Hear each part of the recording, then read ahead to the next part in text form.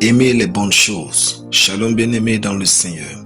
Notre méditation du jour s'intitule « Aimez les bonnes choses ». Nous tirons notre texte dans Esther, le chapitre 2, le verset 8 qui nous dit ceci. « Lorsqu'on eut publié l'ordre du roi et son édit, et qu'un grand nombre de jeunes filles furent rassemblées à Suse, la capitale, sous la surveillance de Gaïe, Esther fut aussi prise et conduite dans la maison du roi, sous la surveillance de Gaïe, gardien des femmes. Alléluia.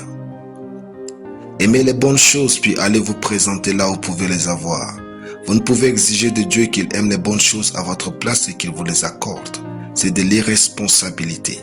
Soyez responsable. Dieu n'a pas dit à Esther d'aller se présenter au concours pour devenir reine. Esther était une belle femme. C'était assez pour lui faire aimer devenir reine.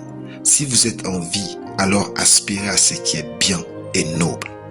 Si quelque chose n'offense pas Dieu et son Église, aimez cette chose. Par exemple, aimez avoir de l'argent en abondance. Aimez vivre dans une belle maison et conduire de belles voitures. Aimez avoir de beaux enfants et des vêtements élégants. Aimez les postes avec une grande rémunération. Aimez voir votre église propre. Aimez voir votre pasteur prospère et heureux. Aimez voir les autres exceller. Aimez ce qui est royal. Aimez voyager pour découvrir. Aimez avoir un couple et une famille heureux. Ne laissez pas les gens vous dicter leurs convictions au point de vous empêcher de jouir de la vie. Sachez que la rédemption n'est pas pour la prison, mais pour la liberté et le bonheur. Dieu ne vous imposera jamais sa gloire. Il ne vous imposera pas non plus le succès. Dieu ne vous imposera jamais un niveau de vie que vous n'avez pas désiré. Aimez vous-même les bonnes choses. C'est ce que David a aussi fait. Il a aimé les bonnes choses et il s'est mis à l'œuvre pour les avoir en affrontant Goliath.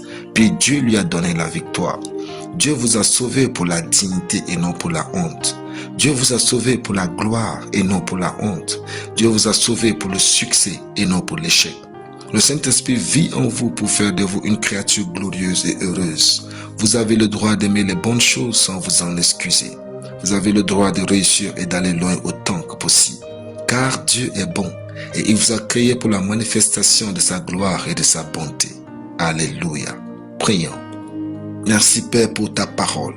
Je déclare que j'aime les bonnes choses que tu as placées sur la terre pour que tes enfants en jouissent au nom de Jésus. Amen. La lecture biblique en une année. Somme 86 à Somme 90. Soyez bénis, c'était le pain du ciel.